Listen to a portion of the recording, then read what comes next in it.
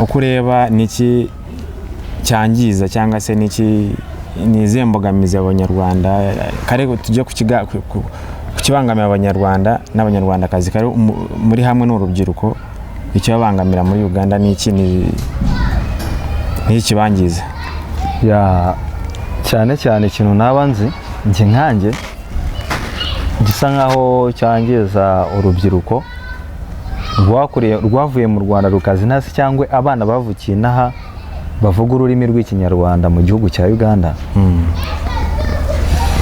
Harimo ibintu bishyika nko muri bine, kimwe gukoresha ibiyobyabwenge, inzoga, ubwa maraya, harimo n'ubujura.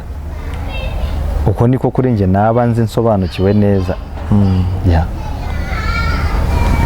None se ubivuzeho neza kugira ngo bajye kwishora mu biyobyabwenge bishore cyangwa se mu buraya niki wabagiraho wenda nk'ihe nama kugira ngo dufatire hamwe tuye ko twarwanya ibyo bintu ko uvuze ukuri uburaya bwinshi naho abana bakuriye naha baraburiye icyo bakora bakajya kwigurisha inzoga kare ibintu by'urugomo rwinshi. So ni icyo wabagiraho inama kugira ngo dukomeye tuganishe?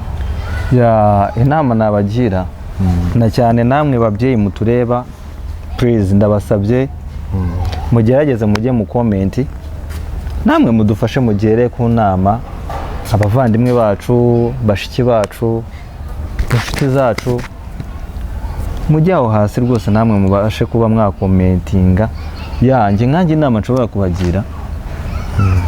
Buriya akenshi bajya bavuga ngo uwuzi yava biba byiza kuko yamenye yajya biba bigize bite biroroha kandi bimufasha cyane. Bityo rero niba wumva ko gukora ikibi ari byo byonyine bishobora kuba byatumushyika kure, ese inzira mbi niba ari zo wumva zatumushyika kure, njye aho ngaho ntabwo nkubwira ko ariko kuri waba warafashe inzira mbi. Iyo yaba ari inzira mbi cyane. Hano hari uburyo bwinshi ushobora gukoramo neza agaseni kawe ukaba wakabona nta mugayo urimo, batavuze ngo kino ni icyana kivuye aha ni ikinyarwanda gikora ibibi. Hari izindi nzira nyinshi dushobora kuba twakora.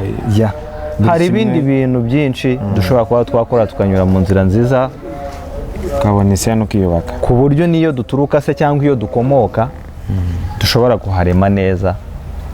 Kandi umuntu wese aho uri hose icyo wakora cyose mu buryo buzima, umuntu wese ushobora kumubera isomo ku buryo nawe ashobora kukwigiraho. Kubera ko ndibuka neza hariho akandi kantu kajya kavuga ngo uwiba ahetse aba yigisha uwo mu mugongo.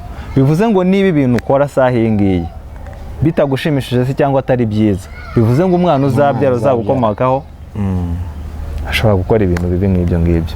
Bityo njye ndumva twagendera mu nzira nziza. Murakoze cyane Ivan Kofi. So akandi ka kabiri ubaye nkuko twaganiye wenda n'iki nize mbogamizi cyangwa se ibibangiza hano urwo rubyiruko muri Uganda. So kugira ngo n'ubundi ntago wavuga ku rubyiruko utari wavuga aho bakomotse. So kuva kera umunyarwanda yarabayeho ate cyangwa se ni icyo abanyarwanda bakoraga kugira ngo wenda duhere kuri uwo muco tuzamuke turebe no kuri igihe biravahe n'iki twakwirinda twabigenza gute. Ariko inkomoko y'abanyarwanda mbere umuco wabo bakoraga iki, n'akahe kazi bakoraga, bitwaraga bate? Njye nkanjye icyo naba nzi cyangwa se icyo mpamya neza muri njyewe, ubwo nimvuga nabi muze komitinga aho ngaho muvuga ibyo muzi ndebe ko byaba bisa naho bigize bite bisa n'ibyanjye. Ikintu naba nziho cyane bwari ubuhinzi, bwari ubworozi. Nicyo kintu njye naba nizeye naba nzi. Gusa niba mbikoze nabi ndasabye namwe mu komitinge hasi muri komenti tumenye ukuri kwa nyako. Tagiye kure cyane nanjye niko mbizi. Gusa tutagiye kure cyangwa se umuco nyarwanda wumva gute tubisubiremo twabiganiyeho ejo bundi, ariko hari bamwe badukurikirana wenda batakumvishe none abakubonye izi shaha bamenye ngo wongeye ubibutseho umuco nyarwanda niki kiranga umunyarwanda nyakuri, agenda ku cyo afite muco ki. Dukomeze tuganire turebe. Ikintu cya mbere naba nzi kuruta ibindi byose, kwiyubaha, kwiha agaciro. Nshuti yanjye, kwiha agaciro ndumva ari cyo kintu cya mbere gikwiriye kuranga umunyarwanda. Guca bugufi, umutima w'ubuntu, kumva yuko atari we muntu ugomba kuzana ibintu by'umugayo imbere y'abantu, ahubwo byibuze agomba kuba isomo ku bandi. Tumva ibyo bintu tubikoze rwose byaba ari sawa cyane rwose. Urakoze cyane Ivan. So ndakeka twe twabiganiriyeho. Umuhanzi bamwita Ivan izina ry'iwabo, ariko bamwita Koffi Annan. So umushaka wamukujya kuri YouTube, wajya hose kuri channel zose arahari. Ikindi nenda kumubazaho, abivuze neza mu Kinyarwanda, ufite kwihesha agaciro nk'umunyarwanda, ukamenya uwo uri we, ko n'ubundi yabivuze cyane neza bati iyo uzi aho uva ntago bikugora kumenya aho ukora iki, aho ujya. Rero abadukurikiranye twongeye kubakira kugira tukomeye tuganire, mutarambirwa. Ikiganiro nubwo cyakirekeye ariko mutarambirwa, natwe turahari ku bwanyu.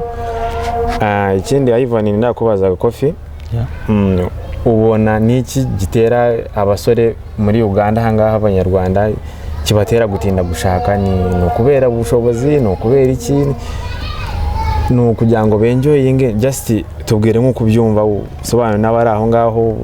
Hari abafite gahunda yo gushaka ariko sinzi wenda kibagora, we dusobanura turebe niki kare kibangamira abo basore kugira ngo batashaka bakiri batoya ahubwo bagatinda gushaka. Ikintu nje nkanjye naba nzi, ndi kuvuga nkanjye nje icyo nzi kenshi hari akantu gakunda kutugoramo. Hari igihe usanga n'urugero nkundanye n'umwana w'umukobwa, tuguye mu rukundo, turakundanye, nyuma birangiye bitewe n'ahava, ugasanga iwabo barashaka iki ngiki kari cyo bakora kugira ngo baguhe umwana wabo. Nyamara icyo kintu bari kunsaba, babyeyi nimunyumve nabi, icyo kintu bari kunsaba njye nta bushobozi bwacyo ngize nyifitiye. Bityo rero nta kuntu niba umukobwa dukundana ukansaba inka 12, ukansaba na miliyoni 25, mu by'ukuri njye nta n'inka 3 mfite. Nizo se nuri kunsaba nta kintu kirenze nshobora kuba mfite, byibuze nshobora kuba nabasha gutunga uwo muntu, ariko ibyo bintu wansabye nk'umubyeyi ntabyo mfite. Bivuze ngo uwo mwana hari uwamukunze uzaza akamuha ibyo bintu. Uri kundeba neza, namwe murambona neza. Uwo mwana azaza mumuha ibyo bintu, uwo muntu azazana ibyo bintu, ariko umuntu bazaba bagiye kubana nawe ntago azaba abanye nawe kubera ko amukunze, ahubwo azajya kubana nawe kubera yuko hari ikintu runaka yabahaye akamujyana. Bivuze ngo nashyika muri urwo rugo rwe, ni handi uzasanga agarutse kureba boyfriend we wa kera, se ex we, uwo bahoze bakundana. Gusa nkanjye nk'umuntu, njye ku bwanjye ndumva twajya dushingira ku rukundo rwa nyarwo, niba twifuriza ibyiza abana bacu, kuko nta kure ahantu umuntu atagera, nta n'ahantu kure Imana itakuvana. Bityo rero ndumva rwose kenshi tugeraho tukigaya, tukajya mu rukundo n'abana, bikarangira dushwanye dutandukanye kubera ko ibyo bashaka iwabo nta bushobozi bwacyo tugize dufite. Koffi urakoze cyane, ndagira ngo nibyo.